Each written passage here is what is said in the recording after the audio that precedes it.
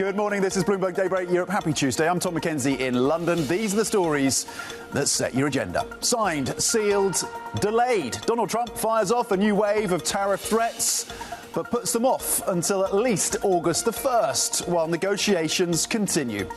Brussels hustles. Bloomberg learns the EU is looking to pin down a preliminary deal with the US this week, with key exemptions including for aircraft and wine. Plus, fading memory, Samsung's operating income plunges 56% as it loses ground to rivals in the AI chip race.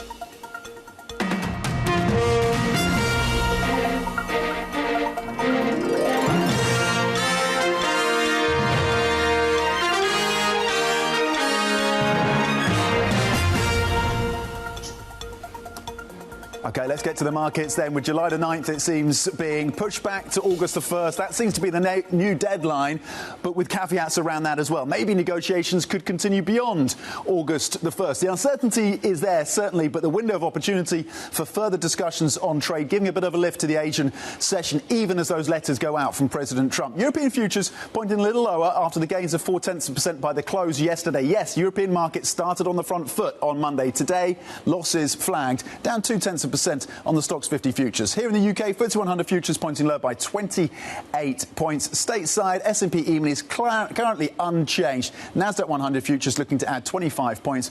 Under pressure, and Tesla was a story within the tech space yesterday, of course. Let's flip the board and have a look cross-asset before we get on to the Asian session. Treasuries largely unchanged. Well, yields, in fact, up 1 basis point on the benchmark US 10-year, 4.39 on the 10-year. Euro getting a lift on the reporting that maybe Europe is getting closer to a framework deal with the US. 117 on the single currency, up 0.3%. Brent at $69 a barrel, and gold a little softer, down 0.2%. Let's check in on the Asian session then. You're actually seeing strength for the Kospi over in Korea, despite the fact that Trump did send a letter to South Korea on those potential additional tariffs. But relief, it seems that there is now a window of opportunity to try and close a framework deal, and that time frame has been extended. The Kospi then up 1.5%, a strong session so far over in Korea. The Nikkei is also a little stronger, up 0.3%, and broadly across the Asian regional benchmark, you're seeing gains of 0.1%. Hong Kong up by 146 points on the HSI. Let's do some more analysis, get more details in terms of how the Asian markets are reacting then to the latest Trump tariff news. I'm joined by Mark Cranfield from our Markets Live team. Mark, Asian stocks then mostly in the green. Is this all about an extended time frame? Not just that, but obviously people are cheerful the fact that there is more time to negotiate. And once again, there's kind of an assumption that maybe that deadline will even be pushed back a little bit further. But also playing into it is the fact that the absolute numbers which have been mentioned so far in the letters which have gone out, those tariff numbers are nowhere near as bad as some of the numbers which are being thrown around recently. So just last week, President Trump was suggesting that the high end of tariffs could be as much as 70%. If you go back to earlier in the year, he was threatening China with tariffs which could be over 100%. Now, neither of those numbers for now are in the ballpark. So there's a certain amount of relief that at least we're towards the lower end of the range in terms of the tariffs which are being proposed at the moment. And maybe even those could get modified as the negotiations go on towards August the 1st. So a general sense of relief. It's not gangbusters. People are not completely saying everything is behind us. But at least the picture now is looking somewhat better than it was even just last Friday. And Mark, when it comes to the currency space, an eye on the yen then, largely unchanged in the session today at 146, despite the fact you've got that dollar softness in the session, down 0.2% on the Bloomberg Dollar Index. What is drawing, at least putting some level of pressure on the Japanese currency? Is this a trade story, a tariff story, or is it a local domestic politics? A bit of all of those things, and it's also playing out in the Japanese bond market as well. You can see the long end of the Japanese market selling off aggressively again today. It's a little bit of a perfect storm for the yen and the bond market. So already Japan has been threatened with higher tariffs. They're not very close, it seems, to getting a deal done with the United States. Particularly their car makers are exposed because of that. That's hurting the yen. They already have stagflationary concerns in Japan. And because the trade deal is not being done, the Bank of Japan doesn't look as though it can address stagflation with a rate hike because of that uncertainty there. And then you have upper house elections coming this month as well, and that's undermining the position of the ruling LDP. It was already going to be a close election anyway. It now looks as though those election concerns are spilling over to the bond market and to the yen as well. Considering the fact that all of this could continue for a few weeks, we're probably going to see the yen underperforming and the Japanese bond market at risk as well. It's a pretty nasty cocktail, and you can see why some investors want to stay away from Japan and they want to move their money to other places. It's not going to resolve itself very quickly. OK, potentially further pressure on the Japanese yen, potentially further upside for yields in Japan. Bloomberg M Live strategist Mark Cranfield on the market reaction to tariffs and, of course, the politics of Japan as well. Mark, thank you. Now, the US then has unveiled the first wave of promised letters that threaten to impose higher tariff rates on key trading partners. But President Trump has hinted he is open to additional negotiations and has suggested the new August the 1st deadline could be extended further. Firm, but not 100% firm. If they call up and they say, would like to do something a different way, we're going to be open to that. But essentially, that's the way it is right now. OK, for more, let's bring in Bloomberg's Katia Dimitrieva. Katia, we can say a lot of things about President Trump, but certainly he keeps the uncertainty and his trading partners guessing. Where does this leave trading partners as they scramble still to get these framework deals or at least some kind of template across the line? But we don't exactly know where that line is. Yeah, you're right. And we're basically in the same position, more or less, than we were just a few months ago on Liberation Day when these tariffs actually first came into place. You know, it's the same level for a lot of these economies, some a little bit higher, some a little bit lower. And of course, the trade deals that were negotiated with the UK, with Vietnam, and the sort of agreement in principle, at least for China, as they continue negotiating. But it's a big question whether it'll actually bring economies and countries to the table, because a lot has already been done. You know, we heard from a lot of countries, particularly in this region here in Asia, offering to purchase more from the U.S., whether it's agricultural goods or Boeing planes or other items. The idea is to try to narrow the trade deficit. But as we saw today, Trump is actually looking to target more than just the trade deficit. He's looking at targeting China and finding a way to encircle China through that transshipment pipeline and that way that companies and countries have been getting trade through to the U.S. without paying tariffs. So it's a much bigger issue than just the trade deficit. Countries have already done a lot. So what more can they do? And what might these potential deals look like? We have the templates of the UK, of China, of Vietnam. Are we looking at similar framework deals, similar templates and similar agreements as these nations rush to get something across the line? Yeah, and each of these deals is a little bit different, right? And what we've seen, what we know for sure, well, it's tricky to always say we know things for sure in this administration, but what we do know from the current agreements is that there will be a focus on China, whether that's through targeting transshipments and trying to put a tariff on those items. And there will also be a tariff no matter what. You know, we're not going back to the pre-Liberation Day levels, which are essentially zero for a lot of these economies. There will be at least a 10%, and it's basically that base and everything that comes on top. What we will also probably see is a lot more concessions. So countries promising to make more purchases from the U.S., bringing down their non-tariff and tariff barriers for U.S. goods. And in the case of some countries like Japan and South Korea, it might take a lot longer for those trade deals to come through. You know, we've seen a real reticence to get something quick across the line. So another thing we know for sure is that there will be some more time that needs to be taken for some of these deals. OK, Bloomberg's Katia Dimitrieva, thank you very much indeed for getting us up to speed on the latest lines when it comes to these trade negotiations and the ever-shifting deadline. For the market reaction now, let's bring in Bloomberg's Valerie Teitel. We've checked in, of course, on the Asian markets and how they are faring on the back of this. Val, how are the European markets? I'm seeing a divergence in terms of European futures and US futures. What are the markets broadly reading into this? Are they zeroing in on this extended time frame or the fact that these letters have gone out? There's definitely some reprieve, given that this isn't a hard and fast deadline. There's still room for countries to negotiate. But I thought it was interesting to compare yesterday's price action on the back of these announcements to what happened post-Liberation Day. Yes, in both of those cases, Tom, stocks were lower. But what stood out to me was the different price action in the U.S. dollar. The U.S. dollar back on Liberation Day was down 1.5%. It really kicked off a bout of dollar weakness. We didn't see that yesterday. The U.S. dollar was actually stronger on the session, up 0.5%. Now, we are seeing markets stabilize this morning. Even the U.S. dollar has turned lower. S&P futures flat to the upside this morning. So there is some stabilization in markets. But I want to compare yesterday's tariff announced rates to those of April 2nd. They are broadly in line, Tom. So you kind of can read through what that might mean for other nations like the EU, for example, that has not received a letter yet. But as Mark Cranfield mentioned at the top, these are lower than what Trump had floated last week. He had floated a range of 60 to 70%. So maybe there be a little bit of reprieve in the market that we're not seeing these high levels on these South Asian economies.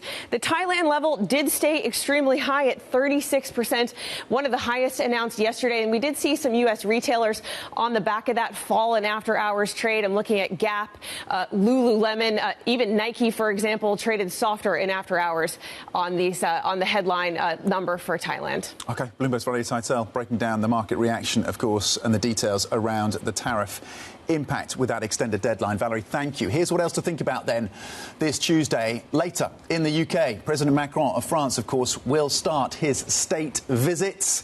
Important, of course, in terms of defence and immigration. So we watch that state visit, of course, with the French president on the ground here in the UK. And later today, Boeing with monthly deliveries as that company and aircraft maker, of course, continues to work through some of its challenges. So that is important. We'll bring those lines to you, of course. You can see the pricing year to date.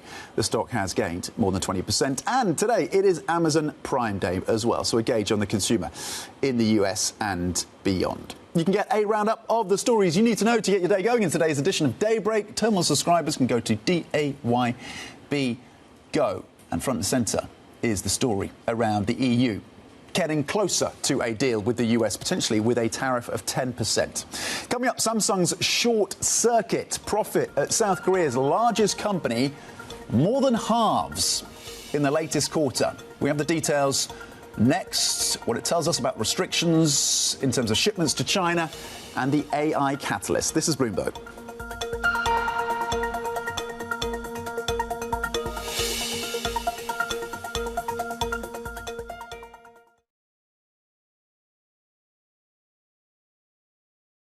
Tech is integrated into every aspect of our lives, from finance to defense, AI to entertainment, and from the road to the stars. Bloomberg brings you the latest stories from the people and companies pushing the tech sector to new frontiers and the politics that shape global tech markets. I'm Tom McKenzie in London. Watch Bloomberg Tech Europe. New episode Friday, only on Bloomberg Television.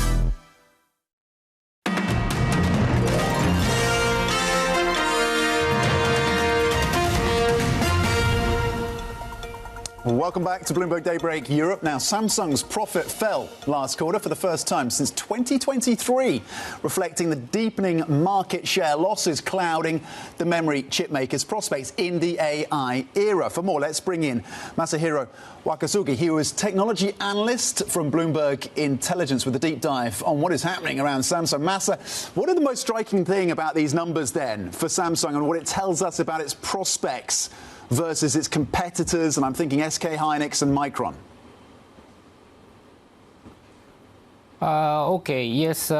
Samsung's operating profit margin should be around maybe 6.8% or so, based on today's preliminary results, and it's not very strong, and the operating profit was some 20% below the consensus. And if we compare with some peers, Micron achieved more than 20% operating profit margin in the recent quarter. And regarding SK Hynix, its operating margin in the March quarter was above 40%, and probably the June quarter operating profit margin should be maybe above 40% for SK Hynix. So there is a huge gap.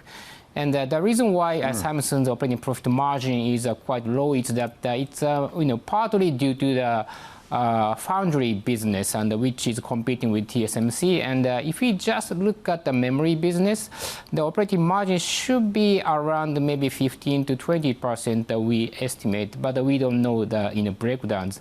So, but still, Samsung's operating profit margin for the memory business should be lower than the peers. That's because of the, some kind of the delay of the development for the AI, forecast high bandwidth memory chips. That's AI memory chips where, SK Hynix has a strong competitiveness. That's all. Maybe this is the major takeaway from the, their results. So what is the outlook then for Samsung in the third quarter? Have things bottomed now for this company on the inventory story? Is it now better positioned?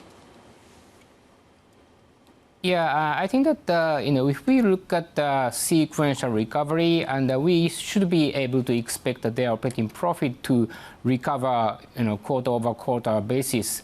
And the seasonality will kick in, and the PC demand, the smartphone demand, and the production volume should increase toward the year-end season. So probably June quarter should be the bottom, and we don't have to expect another inventory write-off or something, evaluation losses for Samsung. So maybe Q3 should be better than Q2, and I think that the display business for Apple-related products will be increasing going forward. And if we look at DRAM prices, the supply-demand should be improving at this point. So maybe Samsung's strength, in the competitive position for the HBM business may not, change so much in third quarter. But basically, the memory business, including DRAM, should be recovering toward Q3.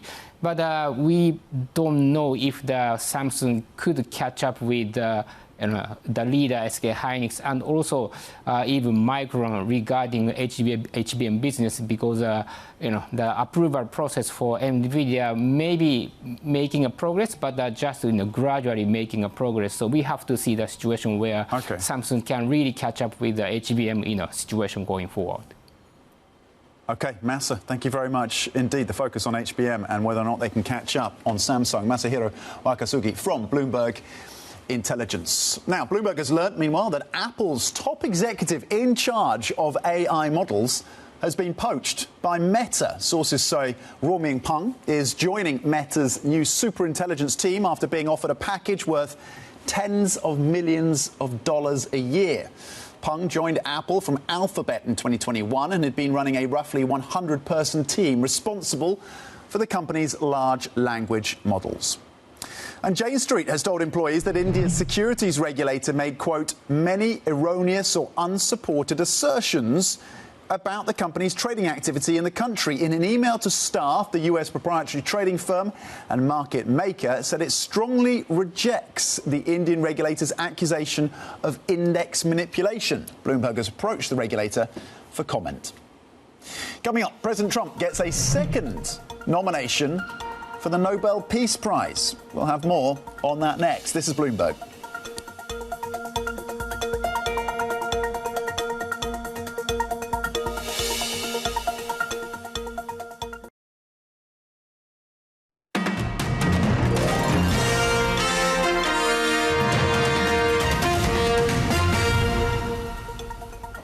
Welcome back to Bloomberg Daybreak Europe. Now, Israeli Prime Minister Benjamin Netanyahu says he has nominated President Trump for the Nobel Peace Prize. He made the announcement during a visit to the White House. Let's go to Jerusalem now and speak to Bloomberg's Dan Williams, who, of course, has been watching that visit. So, Dan, Netanyahu had plenty of praise, of course, for the president.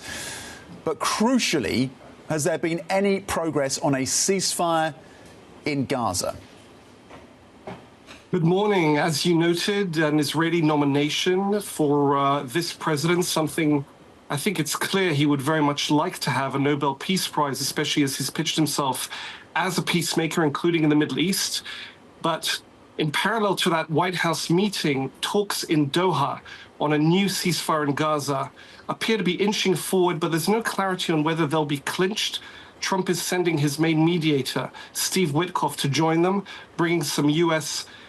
weight to those talks. However, the sides are divided, apparently, on the terms for that, such a ceasefire, which I think casts new doubts over whether a ceasefire could be evolved into a permanent end to this war, something Trump wants, something Israel wants, something Hamas actually wants. But the sides disagree very dramatically over how that end of war deal would look. So there are a lot of questions still over this, despite talk of recognizing Trump as a peacemaker with a Nobel. Yeah. And the context, of course, that the International Criminal Court put out an arrest warrant for Prime Minister Netanyahu towards the end of last year, alleging war crimes in Gaza. Meanwhile, another ship attacked in the Red Sea. Dan, what do we know about that? Well, two ships in succession attacked. The one that happened hours before this ship was claimed by the Houthis, the Iranian-aligned rebel group in Yemen. The location of both ships is or was in the Red Sea off the coast of Yemen. It would appear to be that this second attack was also the work of the Houthis. It's worth remembering just a couple months ago, Trump declared a ceasefire between the Houthis and U.S. forces who had pummeled the rebel group with airstrikes in a bid to get them to back down from attacking ships and attacking Israel. It would appear the Houthis are now back to showing the world that they remain defiant, that they will continue attacks on Israel and on shipping if the rest of the so-called Iranian axis has backed down in the face of truce calls or the drubbing they received at the hand of Israeli forces over the last 21 months of fighting. Dan, before we let you go, what is the update in terms of the situation on the ground in Gaza? We've had almost daily reports of men, women and children being shot as they lined up for aid being distributed by that US-backed organisation. What is the current state of play in Gaza? Well, the bloodshed continues, the fighting continues. The most recent report of an hour ago is Israel saying 5 of its soldiers were killed and 14 wounded by a combined IED attack in northern Gaza. It would appear that Hamas, though on the ropes, is still putting up a fight. And certainly this will bring home to many Israelis the cost of the war, and those Israelis in favor of a ceasefire, which is a majority to judge by polling, will be more vocal about trying to get that now. Palestinians have been suffering at the hand of Israeli strikes, which Israel says are aimed at Hamas holdouts, Hamas infrastructure. The bloodshed continues, and I think this is weighing not just on the minds of Palestinians in Gaza and elsewhere, of Israelis too, but on the rest of the region and Trump, because he would like to see an expansion of the Abraham Accords, the peace pacts that he forged in his first term, but simply the carnage continuing in Gaza weighs upon all the minds of people who might be minded to enter that. So I think that's also a reason why he would like to wrap up the Gaza war and turn to other forms of diplomacy, namely peacemaking in the Middle East, and perhaps with a Nobel Prize at the end of it. OK, as ever, important context. Bloomberg's Dan Williams on the ground for us in Jerusalem. Dan, thank you. Now, some other stories making the news this Tuesday. President Trump says he will ship more weapons to Ukraine. He will do that to help the country defend itself. It comes after the Pentagon halted some flows of air defense missiles and artillery shells to Kyiv. We're going to send some more weapons. We have to. They have to be able to defend themselves. They're getting hit very hard now. They're getting hit very hard. We're going to have to send more weapons. Yeah, defensive weapons primarily, but they're getting hit very, very hard. Coming up, Emmanuel Macron is set to land in the UK for a state visit, mixing royal pageantry with thorny political issues. We're going to discuss what to expect from the French president's 3-day trip. That is next. This is Bloomberg.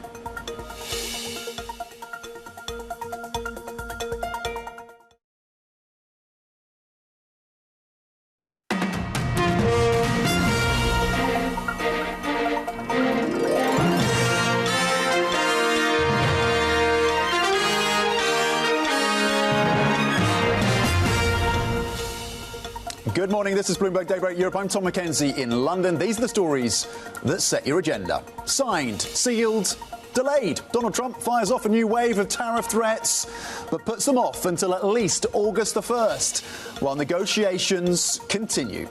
Brussels hustles. Bloomberg learns the EU is looking to pin down a prelim deal with the US this week, with key exemptions including for aircraft and wine.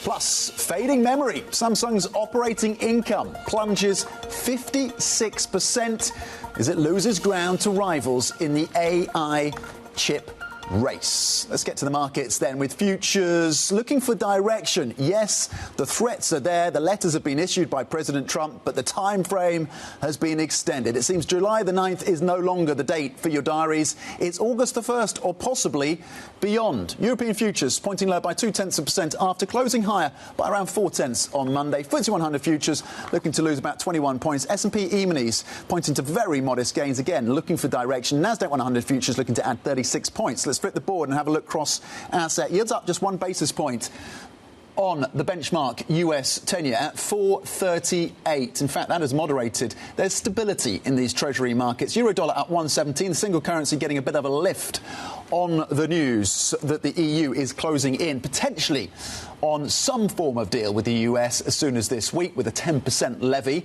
seeming to be agreed. $69 a barrel on Brent, down 0.3%, and gold's largely unchanged at $3,335 per troy ounce. So, US trading partners rushing to finalise those deals before higher tariffs on their imports kick in. But Donald Trump has said an August 1st deadline is not 100% firm, and he's still open to negotiations. Japan and South Korea then facing levies of 25% on their exports to the US. Here's some of the reaction we've been getting on Bloomberg TV.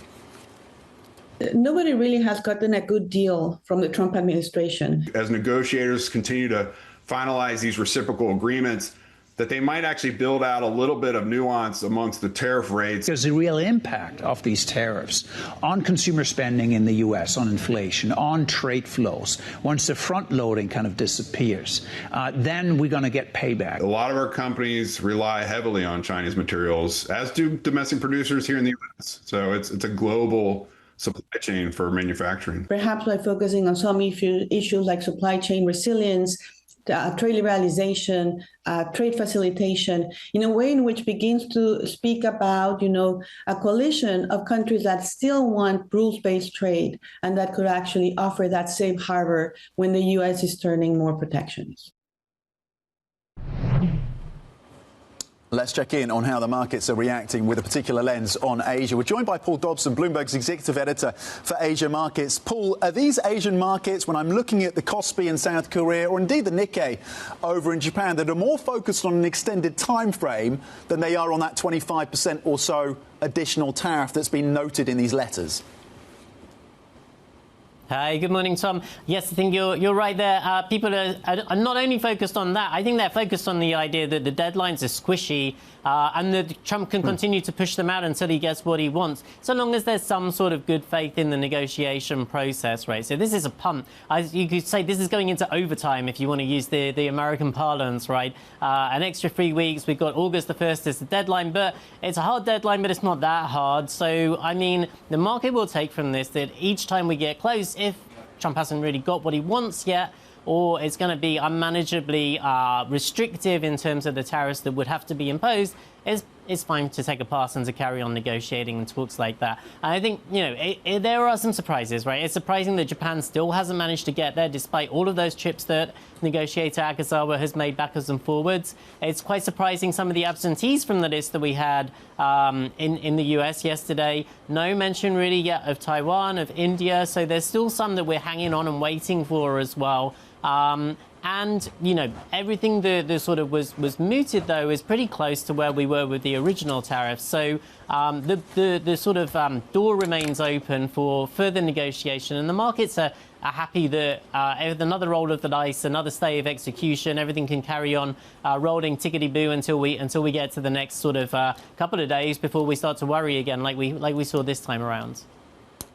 OK, squishy deadlines. I love that, Paul. When it comes to the EU and those negotiations, so reports that the EU is not so focused on the squishy deadlines. They're more focused on actually getting a framework deal this week, potentially, with the US, and maybe with an agreed tariff of 10%. Higher, of course, pre-Trump 2.0, but nonetheless better than some had expected. What would the market reaction be to an agreement around 10% baseline tariff on Europe, do you think?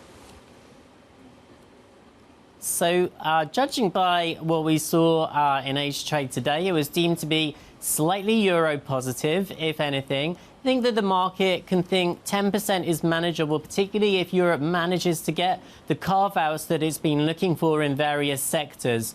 And manages to find a way around some of the additional tariffs or the sectoral tariffs that the US would like to impose as well. So the devil may be a little bit in the detail there, but a deal and 10% probably seen as being enough for Europe to get by and therefore a positive for European markets, all else being equal. If you know the negotiations continue as well, then that's fine, I think, as far as people are concerned. But it would be great to get some of the uncertainty out of the way, at least from the European perspective. I think from the US perspective as well, a deal done with a major and significant trading partner would be taken probably as a little bit of a relief and a little bit more income coming in on that tariff side by being able to at least have something to show for it all would be welcomed as well.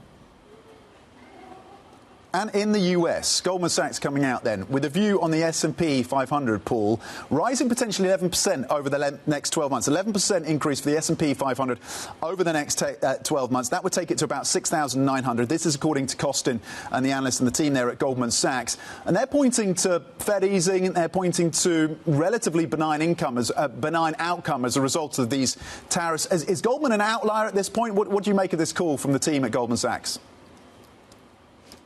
I think it's interesting timing for them to pose it. In fact, it's interesting timing for everything because they also revised their Fed rate cuts to see a little bit more activity from the US Central Bank, despite the fact that we had that payrolls number that everybody mostly saw as meaning that the Fed would have to stay on hold for longer. So a few bold calls there. I think that the big picture background maybe still has us in this framework, though, of we're getting closer to Fed easing and, there's still plenty of supportive factors out there in the stock market. They've just passed the tax bill. That is going to be stimulative, whatever else your thoughts on the spending and it might be. That is going to flow through the economy. It's probably likely to be quite front-loaded. And if that comes at the same time as the Fed is also cutting, that could really turbocharge what we're seeing in equities. And therefore, it wouldn't be outlandish for the Goldman view or even a more bullish scenario to materialize, with the proviso, of course, that there's a lot that can go wrong along the way. You could see inflation reignite. You could see people worried about the bonds and the spending. And, the Fed may dig in its heels and be even more stubborn than it already has been, as in the view of at least the US administration.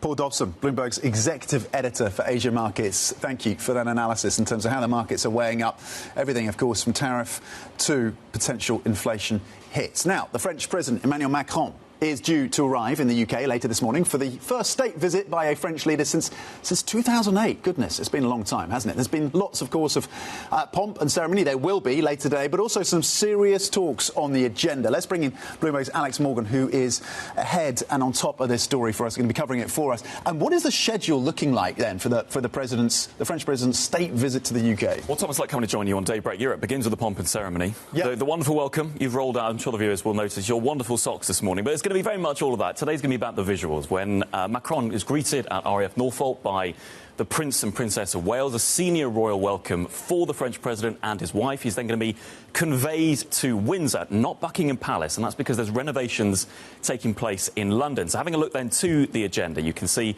after that welcome in Windsor, Macron this afternoon will be addressing parliamentarians in London in the Royal Gallery. We're expecting, of course, his remarks there to UK lawmakers. Then he'll be going back to Windsor for a state banquet tonight. We know the King, King Charles, who himself is a bit of a Francophile. He's a fluent French speaker. We saw his address to the French Senate in 2023. Talk of a close relationship between Macron and the King. We'll see both of them giving an address tonight.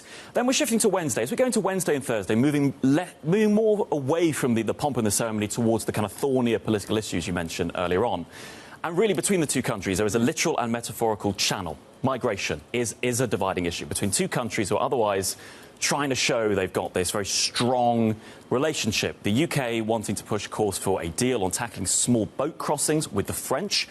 As yet, no clear idea we'll get anything sort of signed and sealed. That'll be coming up in the discussions. And then on Thursday, Macron, along with Keir Starmer, will be addressing the so-called coalition of the willing. That's going to be a call held where they're going to be speaking to other nations, of course, who were convened quite quickly when it looked like the war in Ukraine might come to a speedy conclusion that would require France, Germany, the UK to step up and step in to hold the peace. So starting with the pomp and ceremony, the UK pulling out its trump card, the soft power trump card, a bit of, I suppose you could say, a sign of what might well come when the US president is expected in September. Before these kind of thornier political issues, a state visit there may be of kind of two parts and two flavours. OK, well, we'll watch for conversations, particularly after the pomp and ceremony. We love the visuals, of course, but also the conversations around immigration is a hot button topic, of course, here in the UK, but also in France as well. And then the question of defence and how closely aligned these two countries can become in terms of the defence apparatus, given concerns about the pullback from the US administration.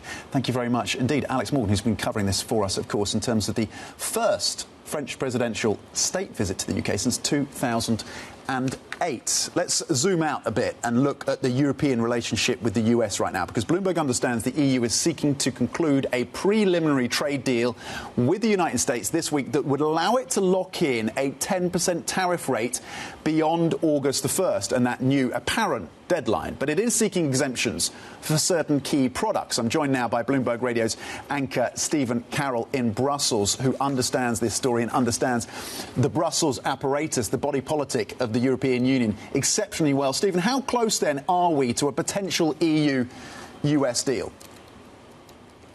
Well, we're getting closer. A Commission spokesperson described it yesterday as the beginning of the end towards that agreement in principle. And that's the first key point to make, is that this is working towards what will be essentially a temporary agreement that will manage to avoid the increase in tariffs to 50%, which is what, according to the last update we had from the White House, what the EU would be in store for from the 1st of August. They're working on the idea, sources tell us, of this being a 10% baseline for this interim framework agreement, but the key question of what could be exempted from that. The European Union wants to see an exemption for wine and spirit exports to the United States, but also aircraft and aircraft parts. That's something that we're told is close to an agreement. The more thorny issues, though, and things that the EU is still discussing with US negotiators, and we know that talks took place throughout the weekend on this, are around things like the importance of the car industry and whether quotas could be introduced for companies perhaps that build more cars in the US that would then be allowed to export some cars tariff-free from the EU to the US. That's a key sector to watch out for as well. We're also watching to see what could be agreed around pharmaceuticals, a major area of exports there too. Again, all of this is towards a temporary agreement. Negotiations on a trade deal, as they often do take in the European Union, would take much, much longer. But this would be a headline agreement to avoid that increase in tariffs to 50%. The European Union says it's working towards having that this week, so in time for the first of those tariff deadlines before, of course, we had that pushed back until the 1st of August yesterday.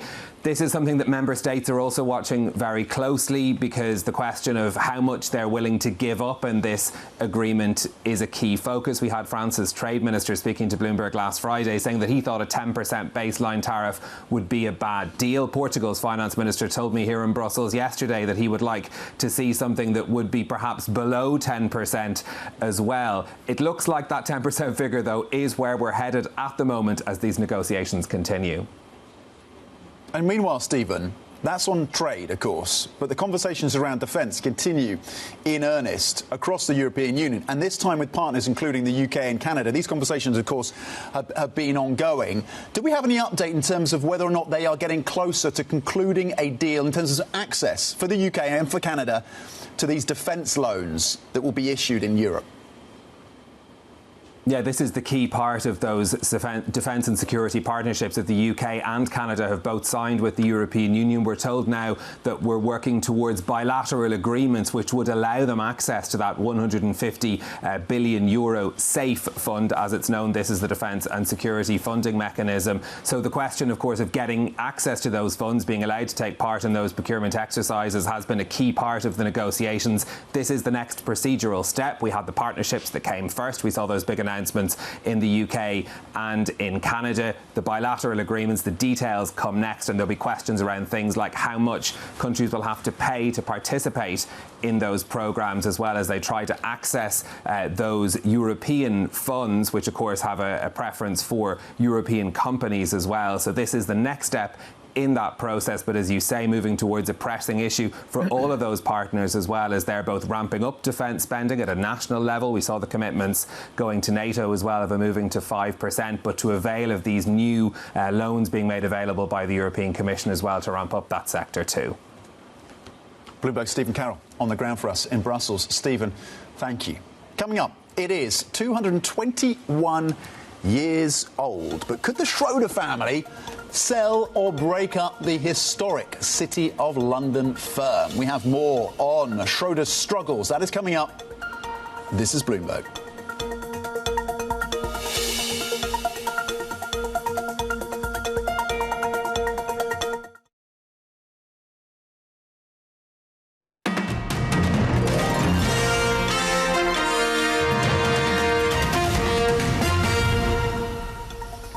Welcome back to Bloomberg Daybreak Europe. Now, Schroder's, a 221-year-old City of London financial institution, is facing a pivotal moment. Speculation is growing that the Schroder family, which still holds a 44% stake, might consider selling or breaking up the company.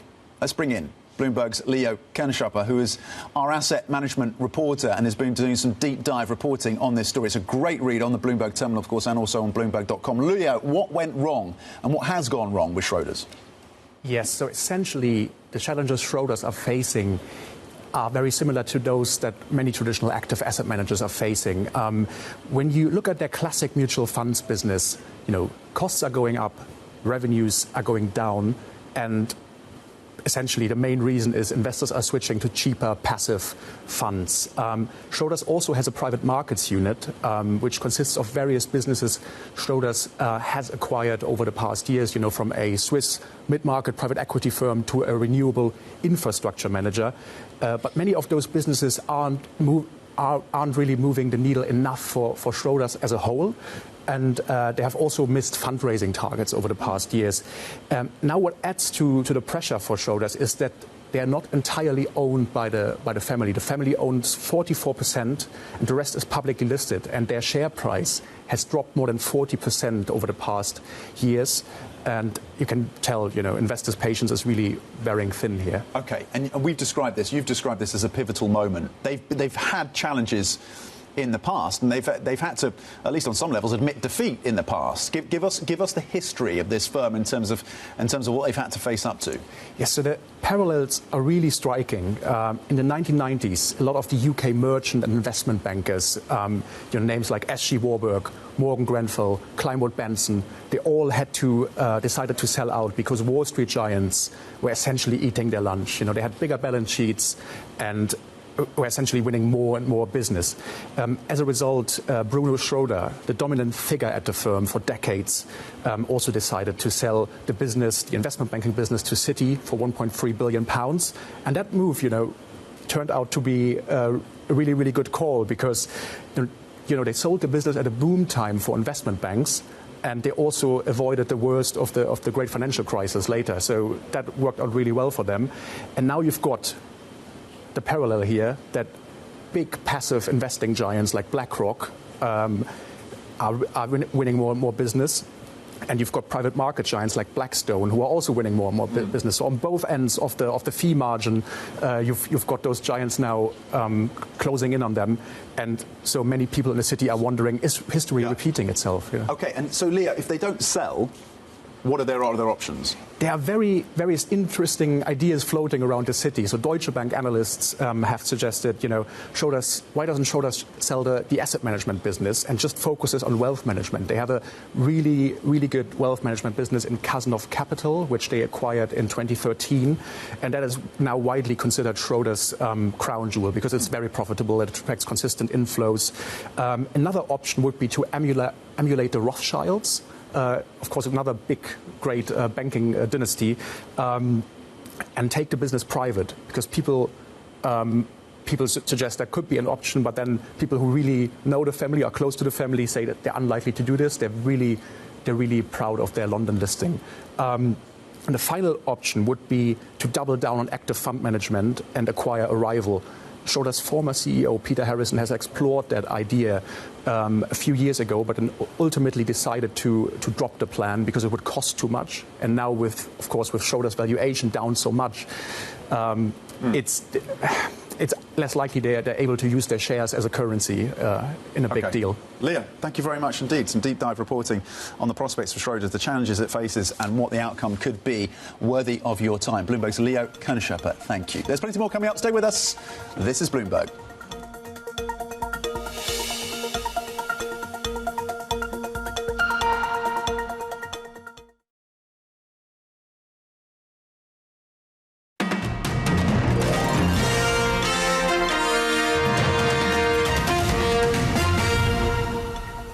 Welcome back to Bloomberg Daybreak Europe. So on a week when we are, of course, laser focused on the tariff and trade story, Goldman Sachs comes out with another upgrade in terms of their forecast for the S&P 500. Over a 12-month period, they see potentially an 11% gain. This is how far we've travelled since, of course, the lows of April. That's where the lows are, of April, of course, 2025, and so-called Liberation Day. We've recovered, of course, those losses, and this is the gap that Goldman sees opening up in the next 12 months. An 11% gain for the S&P 500 on a Fed that is going to go easy, and on investors that are willing to step in and buy the dip. The relative strength of US corporates as well being called into focus by this call from Goldman Sachs. With that 11% upside, 6,900 then could be what the S&P 500 is looking like in 12 months' time on that Goldman call, if they are right. Let's flip the board and have a look at the Fed pricing then and the adjustments. We've been hearing, in fact, from Kevin Warsh, who is lining himself up, of course, to be potentially the next Fed chair, doing something of a job interview on Fox News, saying that the Fed needs regime change, bad economic policies.